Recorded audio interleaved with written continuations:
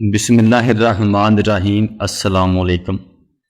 قیام پاکستان کے وقت قائد اعظم کی بیماری میں اضافہ ہو چکا تھا۔ ان کے ذاتی معالج ڈاکٹر کرنل الہی بخش نے معائنہ کرنے کے بعد بتایا کہ آپ کو 2 ماہ تک آرام کرنا ہوگا۔ قائد اعظم کے پاس 2 ہی راستے تھے، یا تو آرام کرتے یا پھر پاکستان کے بقا کے لیے کام کرتے۔ انہوں نے اپنی بیماری سے زیادہ پاکستان کو ترجیح دی۔ لاکھوں کی تعداد میں لوٹے پھوٹے مہاجرین بھارت سے پاکستان پہنچ رہے تھے۔ ان کی آبادکاری کا مسئلہ سنگین سے سنگین تر ہوتا جا رہا تھا۔ مسائل زیادہ اور وسائل نہ ہونے کے برابر تھے۔ پاکستان چلانے کے لیے آئین بھی دستیاب نہ تھا۔ 1935 انڈین ایکٹ میں معمولی تبدیلی کے بعد اس کو نافذ کر دیا گیا۔ پاکستان اپنی آزادی کے صرف 1.5 ماہ بعد ہی 30 ستمبر 1947 کو اقوام متحدہ کا رکن بن گیا۔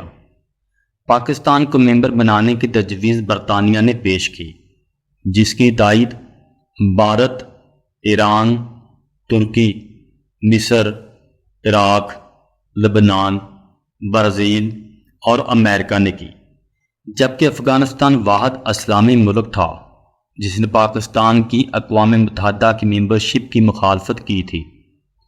پاکستان کو سب سے پہلے ہمارے اسلامی ملک ایران نے تسلیم کیا، اور پوری دنیا میں واحد ملک افغانستان تھا جس نے پاکستان کے وجود کو تسلیم کرنے سے انکار کر دیا تھا۔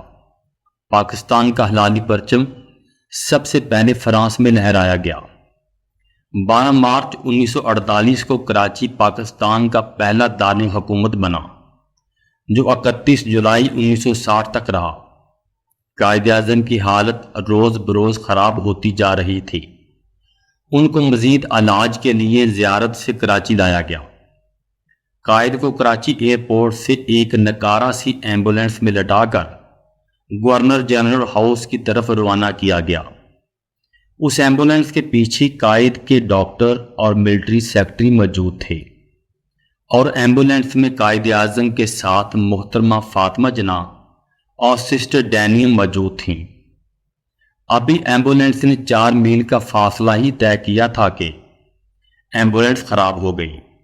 محترمہ نے جب ایمبولینس کے متعلق پوچھا تو ڈرائیور نے بتایا کہ پٹرول ختم ہو چکا ہے۔ جب قائد اعظم نے ایمبولینس روکنے کی وجہ پوچھی تو ان کو ایمبولینس کے خراب ہونے کا بتایا گیا۔ جب دوسری ایمبولینس بلائی گئی تو اس وقت 1 گھنٹہ گزر چکا تھا۔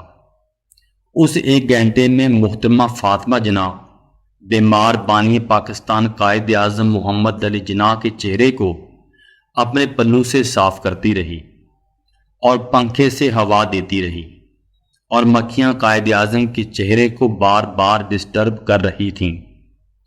ایمبولینس سے تیل ختم ہونے کی وجہ کیا تھی، آج تک اس کی تفتیش نہیں کی گئی، اور نہ ہی اس حقیقت سے پردہ اٹھایا گیا ہے کہ قائد اعظم جیسے عظیم لیڈر کے لیے ایک خراب ایمبولینس کیوں بھیجی گئی۔ یہ ایک انسانی غلطی تھی یا قائد کو مارنے کی ایک سازش؟ یہ بھی عذر پیش کیا جاتا ہے کہ اس وقت پورے کراچی میں صرف 2 ہی ایمبولینس موجود تھیں، جن میں سے ایک قائد اعظم کے لیے بھیج دی گئی۔ 11 ستمبر 1948 کو 1:15 پر قائد کی نبض کمزور پڑنے لگی اور جسم کے تمام حصوں پر ہلکا ہلکا پسینہ آنے لگا۔ کراچی ایئرپورٹ سے گھر جانے کے بعد قائد اعظم صرف 2 گھنٹے تک زندہ رہے۔